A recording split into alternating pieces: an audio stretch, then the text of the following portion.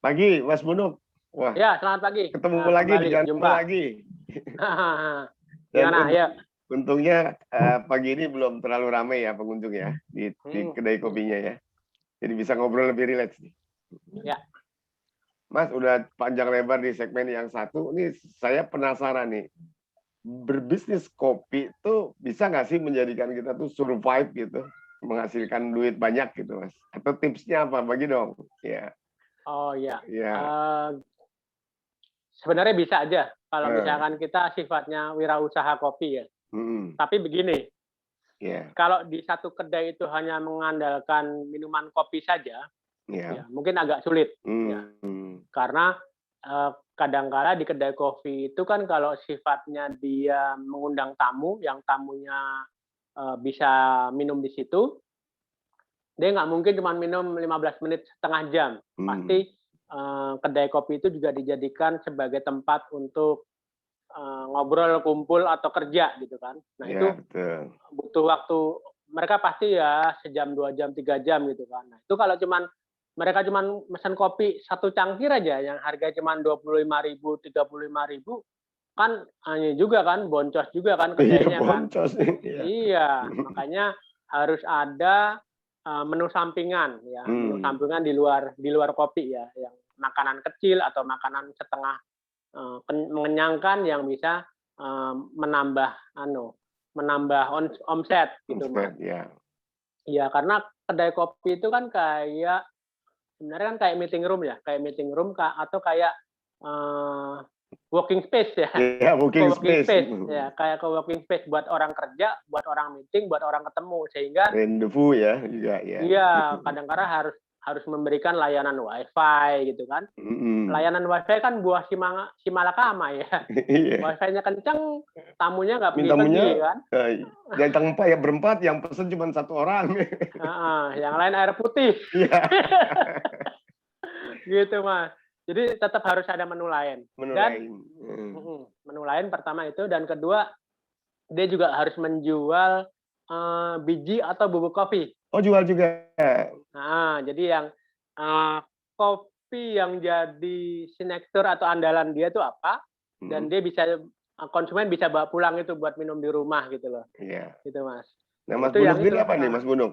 Mas Bunuk jualan makanan atau menu lainnya apa? Snack Nah, atau apa? kalau saya mungkin gini, kedai kopi saya ini kan kedai kopi yang ada di dalam komplek ya, di dalam komplek perumahan. Bukan di jalan umum. Bukan jalan umum. Bukan di jalan umum. Sehingga segmentasi pembelinya mungkin agak berbeda, bukan orang yang nobody yang tidak kita kenal, tapi lebih pada teman atau tetangga ya. Dan saya jual makanannya mie ayam. Oh, mie ayam digabung kopi, kan nyambung sebetulnya. Mie ayam sama kalau yang agak nyambung-nyambung roti bakar gitu, itu masih Ya, agak roti bakar nyambung. lah. Nah, menu yang agak ngenyanginnya mie ayam Mas, gitu. Oh, betul. Orang Indonesia kalau belum kenyang nggak enak. Gitu Mas, kalau saya menu andalannya di situ. Tapi yang menu yang lain, jualan saya yang lain adalah biji kopi sangrai sama kopi bubuk. Ya. Selain minuman-minuman yang ini ya, yang kayak gini-gini, yang apa tuh, boleh kasih lihat nggak? Yang ini nih, yang apa? Gini, apa ya? Minuman Coba. botol. Oh, minuman botol. Wah, itu. Minuman botol ready to drink. Ya. Gitu. Itu juga saya jual ya. Itu saya jual, dan karena ini di kompleks, jadi saya juga memberikan layanan antar delivery. Oh, delivery. Radiusnya deket ya? Radius satu komplek aja sih. Satu komplek ya, makanya kalau udah pesennya radius 1 kilo paling. Sementara kalau menjangkau keluar, berarti Mas Budi kerjasama sama online ya? Iya, sama online, sama GoFood, sama Grab, sama Shopee. Cuman kalau saya sih kurang aktif di situ ya, karena ya maaf aja ya, aplikasi tersebut motong komisinya gede banget. Oh, gitu. 20%. Wah, itu masukan nih buat. Iya, ya terus terang saya nggak sukanya begitu Mas. 20% itu kan gede Mas, gitu kan? Ya. Misalkan gini, saya jual kopi itu 15.000 misalkan ya. Ya. 15.000 kan berarti saya harus ngejual eh, Di 18 ya, iya dinaikin yang naikin ya. 18.000 sampai 19.000 karena dipotong 20%. Iya, Itu kan jadi memberatkan konsumen. konsumen ya. Udah gitu konsumen kena lagi ongkos kirim. Hmm. Ongkos kirim. Dan drivernya juga kena komisi lagi. Iya. Kan double kan. Jadi emang ya maaf aja saya agak kurang senang sih sama aplikasi-aplikasi online itu, meskipun membantu memang iya, tapi membuat harga yang dibayar oleh konsumen jadi lebih mahal gitu loh. Oke. Makanya saya lebih suka kalau ada teman-teman yang pesan kopi, yang kopi 1 liter ya, kopi 1 liter, apa kopi ekstrak itu saya arahkan ke aplikasi marketplace. Oh, marketplace ya. Itu di Ya, kawasan karena Depok populer tuh marketplace ya ya. kan saya itu nggak, kalau itu harganya sama, nggak saya naikin kan. Cuman tetap kena ongkirnya aja sih, gitu Mas. Iya. Ini menarik nih. Jadi beberapa tips dari Mas Bunuk, jangan hanya jual kopi tapi variatif dengan antara lain hidangan atau menu lainnya. Berarti Mas Ya, Bunuk timnya lumayan nih. Jadi ada anak buahnya berapa banyak? Apa bikin enggak, sendiri saya mie masih kerja ayamnya? sendiri. Bisa Saya bikin belum mie pakai ayam anak juga buah, nanti? Mas. Nggak punya, jadi Oh, anak sendirian nih. buah orang rumah, Jadi anak-anak ya. dipekerjakan nih anak-anak dan Ya, istri. jadi anak-anak saya itu semuanya bisa bikin kopi, bisa bikin mie ayam juga, bisa bikin roti bakar juga, jadi merangkap semuanya. Wah, Jadi jadi ahli jadi kuliner kalau semua. ada menu-menu makanan mereka yang ngerjain. Hmm. Dan ya ini jalan santainya gitu ya. Kalau ini kebetulan kedainya di rumah ya Mas, jadi enak ya. Ya, ya karena di rumah ya Mas, ya. Iya. belum. Saya dulu saya sudah pernah buka Buka booth semacam cabang gitu, but di mana? booth di Rumah Sakit Brawijaya. Oh, Kan apa yang kebetulan Rumah Sakit Brawijaya ini kan buka cabang di Depok ya, di ya. dekat rumah sini di Jalan Raya Sawangan. Terus, Tapi itu sewanya cukup mahal. Kemudian setelah pandemi juga sempat tutup 4 bulan ya, ditutup 4 bulan, terus habis itu buka lagi tapi kondisinya nggak normal, belum normal. Sehingga saya tutup. Akhirnya udah saya tutup, udah saya fokus di rumah saja. Gitu. Jadi artinya sampai hari ini nggak ada cabang lain di luar yang Nggak tadi ada, di nggak Masjid ada lain. Brawijaya ya. Masih ini dulu, make sure sama ini dulu lah, sama kondisi. Nah, Betul, kalau betul. kondisi Setuju. mungkin udah normal, pasar udah normal, mungkin saya masih minat untuk cari tempat lain di luar sih. Iya. Mas, kalau saya ingin tahu nih, apa sih yang membedakan Idea Coffee dengan kedai kopi yang lainnya? Kopinya apa yang membedakan sehingga apa yang bisa diandalkan di situ? Oh ya, ini Mas. Kalau secara menu ya, mungkin secara menu itu hampir sama ya. Namanya kedai kopi yang espresso base ya, yang dasarnya espresso itu kan semuanya sama. Kalau nggak espresso, cappuccino, cafe latte, americano itu pasti semua menu ada. Standar ya. Menu standar ada, tapi yang manual brewing itu saya hanya kopi seduh manual ya. Kopi yang diseduh manual dengan V60 atau dengan Vietnam drip atau dengan French press atau dengan menu dengan seduh manual yang lain, saya cuma menyediakan beberapa origin aja, beberapa daerah asal, yaitu Gayo, kemudian kopi dari Bandung, ya? Nah, kopi dari Bandung sama kopi dari Mamasa, Sulawesi Barat. Gitu. Ya. Mamasa tuh ambil apa? Kopi Toraja juga beda ya?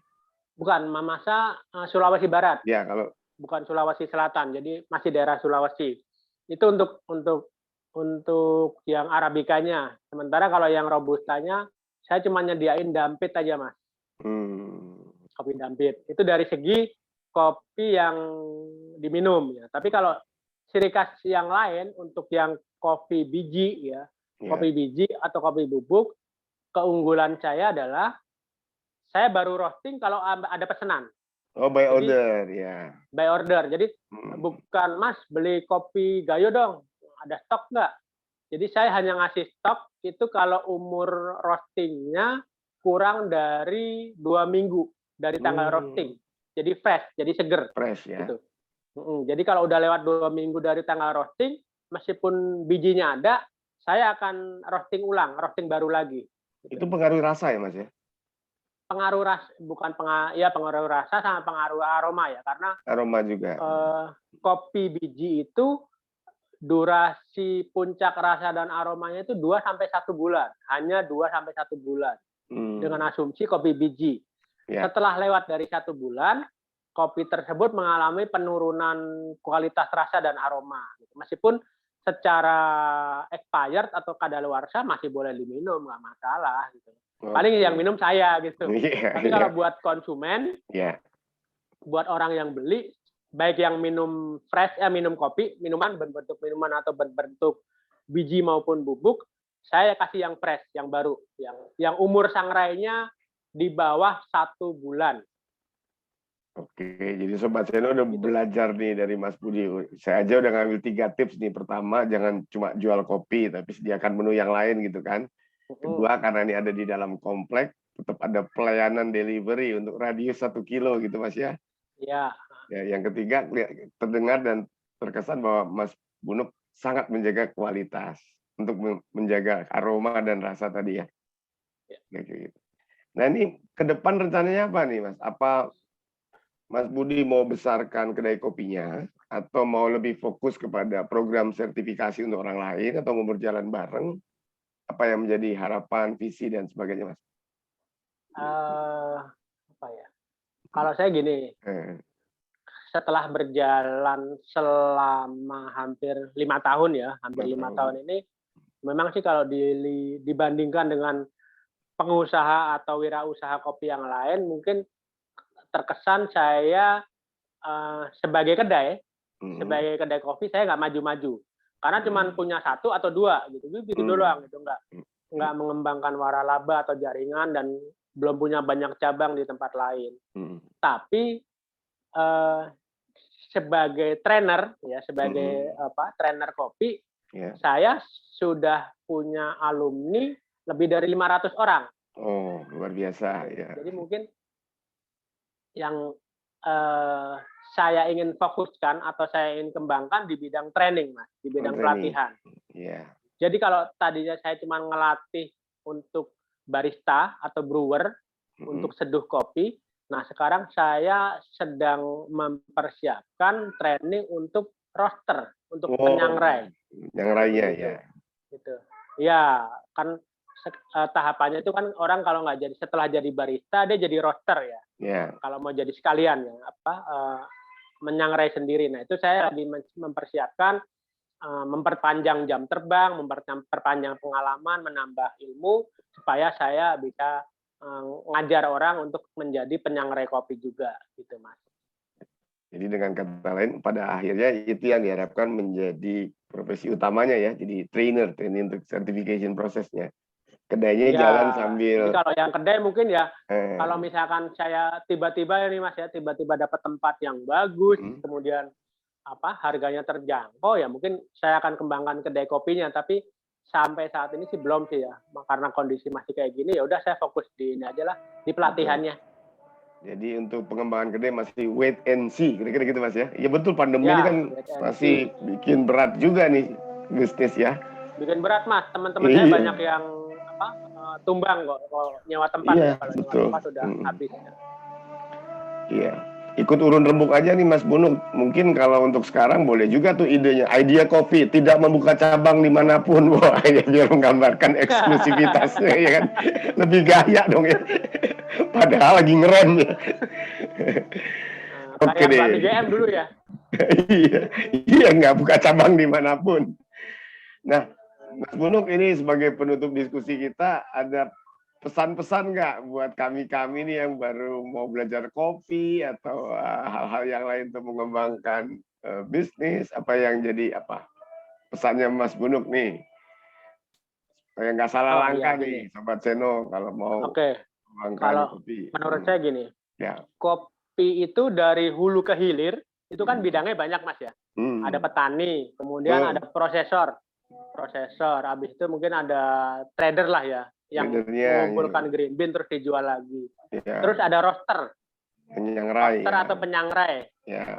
Setelah itu ada yang namanya Q grader atau R grader, yaitu penguji rasa.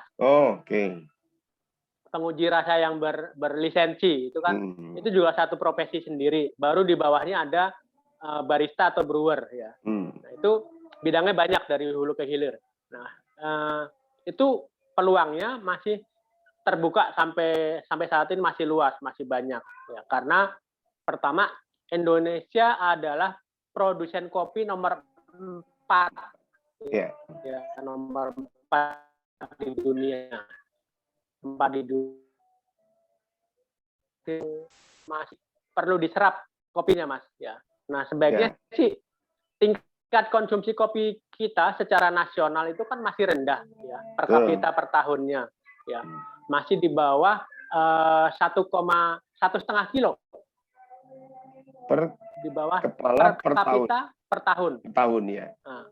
Itu masih rendah kalau dibandingin sama negara Jepang, sama Eropa, sama Korea bahkan kita masih rendah tingkat konsumsinya. Nah, jadi peluang itu masih banyak. Tapi pesan saya sih buat teman-teman yang mau bergerak di kopi, bukan bermaksud menjelek-jelekkan kopi instan atau kopi apa ya. Jujurlah dengan kopi yang kita jual. Ya. Kalau misalkan peluang masih banyak, ya udah silakan aja kita menjual kopi Arabica boleh, kopi Robusta boleh, asal sama konsumennya jujur. Kopi saya tuh ini loh, gitu. Jadi jangan sampai ketika orang punya problem terhadap kesehatan, itu nanti yang disalahin kopinya gitu loh. Padahal belum tentu yang salah kopi gitu loh. Yang orang yang punya asam lambung, punya emah, punya jantung, terus jangan minum kopi bahaya gitu. Padahal kan kopi nggak salah sebenarnya, tapi ada hal-hal lain yang di dalam kopi itu yang membuat gangguan terhadap tubuh dan akibatnya yang disalahin kopinya. Oke. Gitu, Mas. Jadi silakan menceburkan diri dalam kopi, masih banyak pasarnya, masih luas ya, masih dalam dan bisa digeluti di berbagai sisi, dan tapi jujurlah terhadap kopi yang kita jual. Aduh, tips keren tuh. Jadi siapa tahu di masa depan jangan-jangan perguruan tinggi di Indonesia buka fakultas kopi ya, dengan berbagai jurusan tadi. Iya, lebih keren lagi. Ada sarjana mungkin kopi. Kalau yang sifatnya diploma sudah ada, Mas. Sudah ada ya? Di mana, Mas? Yang diploma ada. Jadi sekolah barista kopi yang sifatnya diploma 1 sampai diploma 3 ada di Bogor. Oh, udah ada ya? Swasta berarti? Ada di Bogor. Swasta? Swasta. Wah, ini saya ikut berharap mudah-mudahan Mas Bunuk juga diundang sebagai dosen luar biasa di sana. Oh iya kan peluang juga ya. Dekat lagi Sawangan, Bogor. Oke, wah asik nih ngobrol sama Mas Bunuk, kalau diteruskan bisa sampai sore ini. Dan mungkin kita bisa kapan-kapan offline ya Mas Bunuk. Boleh. Bersama Pak Produser. Kita offline sambil ngopi, sambil ngobrol-ngobrol lebih dalam lagi. Iya. Saya juga mau belajar minum kopi yang aman buat lambung saya, itu tertarik. Itu gitu. Penting itu, Mas. Penting ya. Karena ini Mas Seno, di setiap angkatan kelas yang saya ngajar, itu pasti ada 1 atau 2 orang yang punya gangguan mah atau asam lambung. Terus dia nggak berani minum kopi. Tapi setelah saya kasih tahu, saya kasih penjelasan, dia berani nyoba dikit-dikit gitu loh. Dari pagi, dari jam 9 sampai jam 4 sore, dia selalu minum kopi, akhirnya nggak masalah gitu loh. Jadi sudah terbukti secara empiris ya, berdasarkan pengalaman, secara empiris dan berdasarkan pengalaman, kalau kopinya segar, kopinya asli, insya Allah kopi tersebut aman terhadap asam lambung sama jantung berdebar. Oke, mari kita buktikan nanti ya di Idea Kopi di Sawangan Depok ya. Mantap. Saya berani membuktikan, Mas. Iya, ikut teracuni dan ikut bersemangat mau nyoba karena selama ini persepsi yang salah. Yang salah, saya juga salah. Oke, Mas Bunuk, terima kasih sekali lagi, emang inspirasi sekali. Cerita-cerita dari Mas Bunuk, saya jadi ikut bersemangat untuk segera mencoba kopinya. Mudah-mudahan Sobat Seno juga bisa mendapatkan banyak value, banyak informasi dari Mas Bunuk ya. Nanti kalau ada kesempatan lagi, kami undang lagi untuk bicara hal yang berbeda gitu. Mungkin mendemo gitu, bagaimana sangrai kayaknya asik juga. Ya, demo, gitu, boleh demo, siap Mas. Ya, nah ya demo. Kesini Mas. Ya, oke. Salam untuk keluarga Mas Bunuk, semoga kita sehat semua, bisnisnya lancar. Salam sehat buat yang semua pemirsa.